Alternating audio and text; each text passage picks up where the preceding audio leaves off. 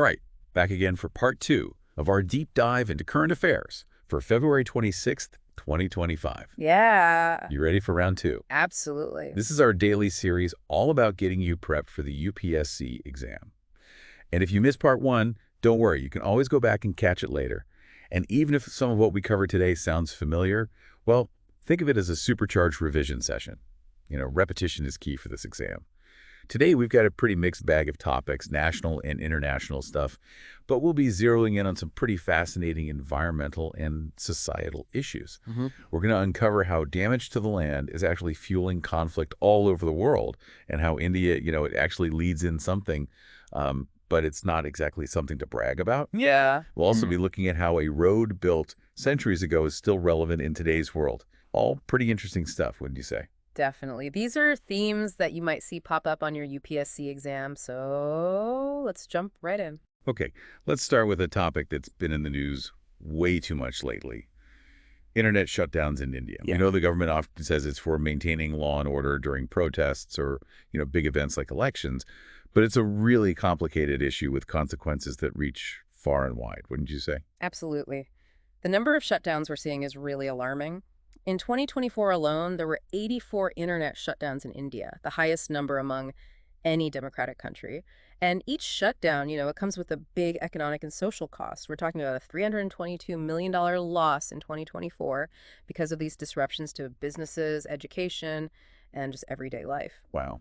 But even beyond the money, you have to think about the impact on basic rights like freedom of speech, Right. the right to trade, even the right to education. Yeah, it's a tough balancing act, isn't it? Yeah. Trying to weigh security concerns against these democratic freedoms in this digital age we live in. It is. And the legal framework around these shutdowns just adds another layer of complexity. Yeah. The telecommunications rules, the temporary suspension of services rules, 2024, they give some guidelines. Like requiring the government to actually publish detailed orders about the shutdown. Okay. But using, Section 144 of that Bharatiya Nagarik Suraksha Sanhita to put these restrictions in place, it raises some questions, about transparency and if they're maybe overreaching their power. Yeah, it does. And let's not forget about those important court cases, like the Anuradha Hassan case, where the Supreme Court actually said indefinite internet shutdowns are unconstitutional. And then other judgments like Fahima Shirin versus the state of Kerala, they've really highlighted how internet access is crucial to the right to education and privacy. Right. Under Article 21. It really makes you think, doesn't it? When do these shutdowns cross the line from being a necessary security measure to actually infringing on our democratic freedoms? Something to think about. Let's move on to a slightly less controversial topic. India's growing road network. Now, this is an area where we're actually seeing some impressive progress. India has the second largest road network in the entire world, covering over 6.3 million kilometers. And the expansion of the national highway network has been really remarkable, with a 60% increase since 2014. We're talking serious infrastructure development. It's not just about how long the roads are either. The speed at which they're being built has also jumped significantly. 33.8 kilometers per day. In 2023-24. Right. That's a huge leap from the 12 kilometers a day we saw back in 2014. It definitely shows the government's commitment to developing infrastructure. The Ministry of Road Transport and Highways has seen their budget increase 5-fold since 2013. And then there's this Innovative Infrastructure Investment Trust, or INVIT. Oh. It's been really successful at raising funds for road projects. That's the kind of financial thinking we like to see.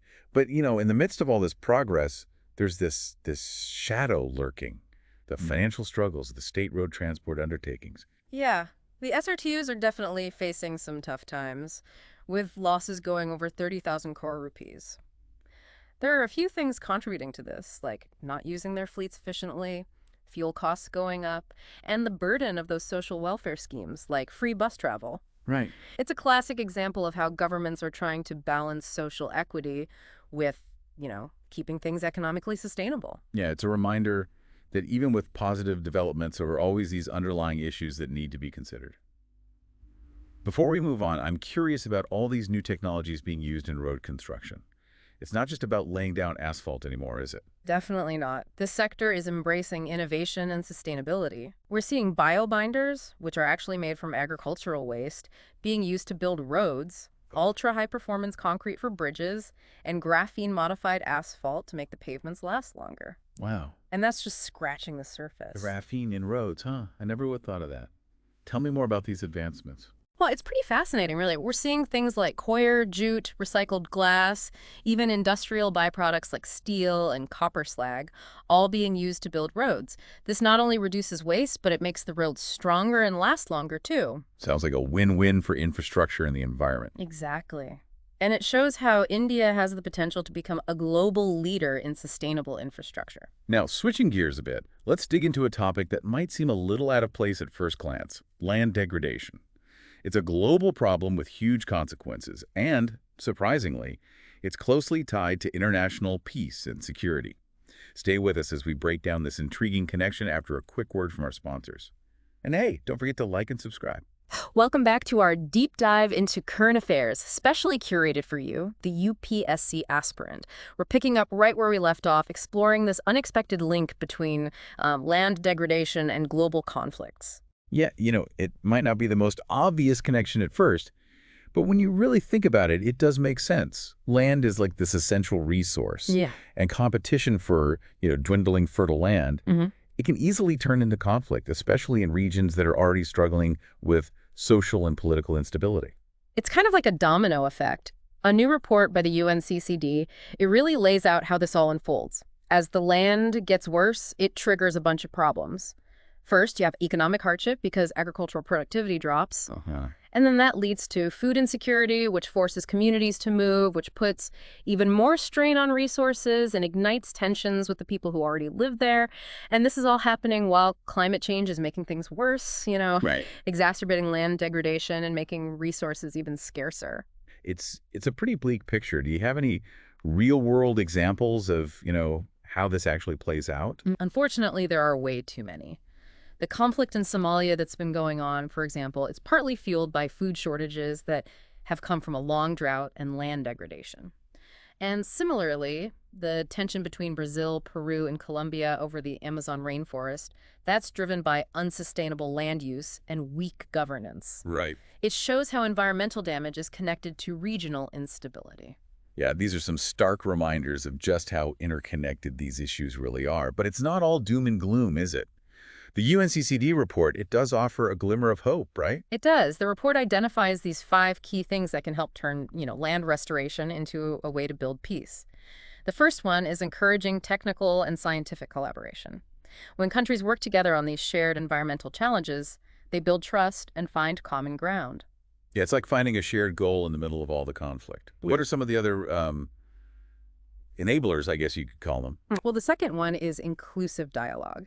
It's really important to include everyone in the conversation, like those marginalized groups, and the communities who actually live there, to make sure that these land restoration efforts are fair and sustainable. Makes sense. Solutions that are, just forced on people from the top down, they rarely ever work in the long run. You're absolutely right. And the third one is setting up effective ways to govern across borders. This means creating institutions and agreements that help countries work together to manage things like rivers, forests, and grazing lands that they share. So it's about building a framework for countries to collaborate. Exactly. The fourth one is using approaches to land restoration that are sensitive to the conflicts. This means understanding what's really causing the conflict in a particular region, and then making sure the restoration efforts address those sensitivities.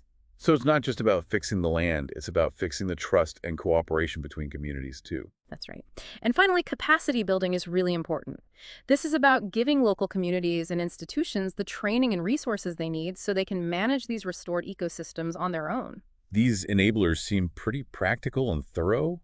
Are there any initiatives out there already that are, kind of putting these principles into action? There are actually quite a few. The report mentions several that are already making a difference. You have these vertical climate funds that are channeling money toward climate-resilient land management practices in regions that are particularly vulnerable. And carbon market mechanisms are encouraging people to conserve and restore forests. The UN Peacebuilding Fund, it's supporting projects that link protecting the environment with efforts to build peace. And the Peace Forest Initiative, that one, is specifically focused on restoring ecosystems in areas affected by conflict. That's great to hear. And speaking of ecosystems, let's focus on one that's really fascinating and vital, especially for India. Mangroves. I remember learning about them in school, but I never really understood how important they were until recently. There's so much more than just trees by the ocean. They really are. There was this recent study done by IIT Bombay that highlighted how amazing mangroves are at protecting against tsunamis and coastal flooding. It's like they're these natural shock absorbers, taking the energy out of the waves and protecting the coastlines from the worst of the storms and surges. That's pretty incredible. Can you kind of break down how that works? What makes mangroves so good at protecting the coast? Well, it's all about their unique structure. Mangroves have these incredible submerged roots that keep them anchored, even against strong currents and waves. And their stems and trunks, they're really stiff. They act like natural breakwaters, reducing the force of the waves as they come in and minimizing how much flooding happens. They're like the guardians of our coastlines. But they're valuable for more than just that, right? Oh, absolutely. Mangroves are like these ecological powerhouses. They contribute to a healthy environment in so many ways. They're like filters, cleaning the water by absorbing nutrients and sediments. They're a haven for all kinds of life, supporting a whole web of marine and terrestrial species. And they play a huge role in food security for coastal communities, providing food, fuel, wood, and other resources. It's really amazing how these seemingly simple trees can play such a complex role. And let's not forget how crucial they are in the fight against climate change, too. Mangroves are incredible carbon sinks, storing huge amounts of carbon per hectare, even more than many forests on land. So they're not just protecting our coast, they're helping us combat climate change as well. It's sad, though. I've heard that mangroves are facing some pretty serious threats these days. Unfortunately, that's true. The IUCN estimates that almost 50% of mangrove ecosystems all over the world are in danger of disappearing. Coastal development, cutting them down for agriculture and shrimp farming, and the effects of climate change, like the sea level rising, it's all taking a toll on them. That's that's a really alarming statistic, especially considering all the benefits that mangroves give us. It is. Protecting and restoring these mangrove ecosystems is absolutely crucial for coastal resilience, biodiversity conservation, and the well-being of those coastal communities. And this is an area where India can really be a leader, given our huge coastline and all our mangrove forests. Well said. We've talked about some pretty serious topics today, from internet shutdowns and land degradation to the importance of mangroves. But before we wrap things up, we have a quick fire round of other important news from the day that you, as a dedicated UPSC aspirant, shouldn't miss. Okay, let's get to our quick hit section, where we'll touch on a bunch of different topics that could show up on your UPSC exam. Don't worry, we won't go too deep into each one, just enough to, spark your curiosity and make you want to learn more. First up, we're traveling back in time to explore the Tea-Horse Road, this ancient trade route that connected India to China through Tibet. It might not be as famous as the Silk Road, but the Tea Horse Road was super important in shaping the culture and economy of that whole region for centuries. It helped all these different communities trade things like tea, horses, salt, and textiles, and it really encouraged cultural exchange along the way. It's pretty amazing to think about how connected our world has always been. Speaking of connections, let's shift gears and talk about social protection in India. The latest ILO report has some good news, don't you think? Yeah, definitely. The report says that a lot more people in India are now covered by at least one social protection benefit. It went from 24% in 2021 to 49% in 2024. That's a big step towards making society more inclusive and resilient. That's a huge jump. It's definitely a good sign. But I imagine there are still challenges in making sure that everyone who needs social protection actually gets it right. Oh, for sure. There are worries about those informal workers not being covered enough. They make up a big chunk of India's workforce. And there are still differences between men and women in terms of who gets benefits, which needs to be fixed. And then there's the whole issue of how to pay for these ambitious social protection programs in a sustainable way. Yeah, it's a tricky situation, but it's super important to figure out for a country that wants to be both economically successful and socially fair. All right, let's turn our attention to another important issue: regional disparities in India. The Western Zonal Council meeting recently brought this to light, didn't it? It did. The meeting showed how different things are in different parts of India. The Western region, with states like Gujarat and Maharashtra, they contribute a quarter of India's GDP. But other regions are way behind, and this imbalance can lead to social unrest and slow down the whole country's development. Yeah, it's a classic example of uneven development, something policymakers have been struggling with for a long time. Are there any initiatives that look promising in terms of closing this gap? There are actually several. The Aspirational Districts program is focusing on improving 112 of the least developed districts in the country. And the Aspirational Block program is doing something similar, but targeting specific areas within those districts. And then you have these huge infrastructure projects like the PM-Mission Shakti National Master Plan for Atmala and Sagarmala.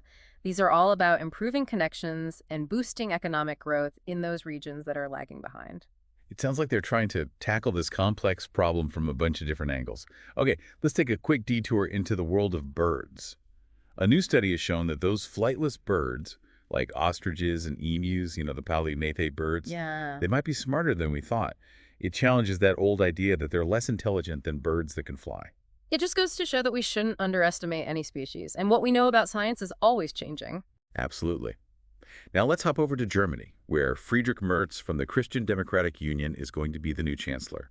A change in leadership in a country as important as Germany, it always has effects all over the world. For sure. And while we're on the topic of global shifts, did you hear about that study that found the Zagros Mountains in Iraq are actually being pulled down into the Earth's mantle because of tectonic activity? Pretty wild, huh? It's a powerful reminder of how dynamic our planet is. Speaking of dramatic landscapes, India's external affairs minister and diplomats from 61 different countries recently visited the Kaziranga National Park. It was a way to show off India's incredible biodiversity and their commitment to conservation to the whole world. A good example of soft power in action. And back home, the PM-KISAN scheme, which gives financial support to small and marginal farmers, just celebrated its 6th anniversary. It's been a lifeline for millions of farmers across India. It really shows how important those targeted social welfare programs are. It's definitely a big achievement. And finally, some good news from Nagaland.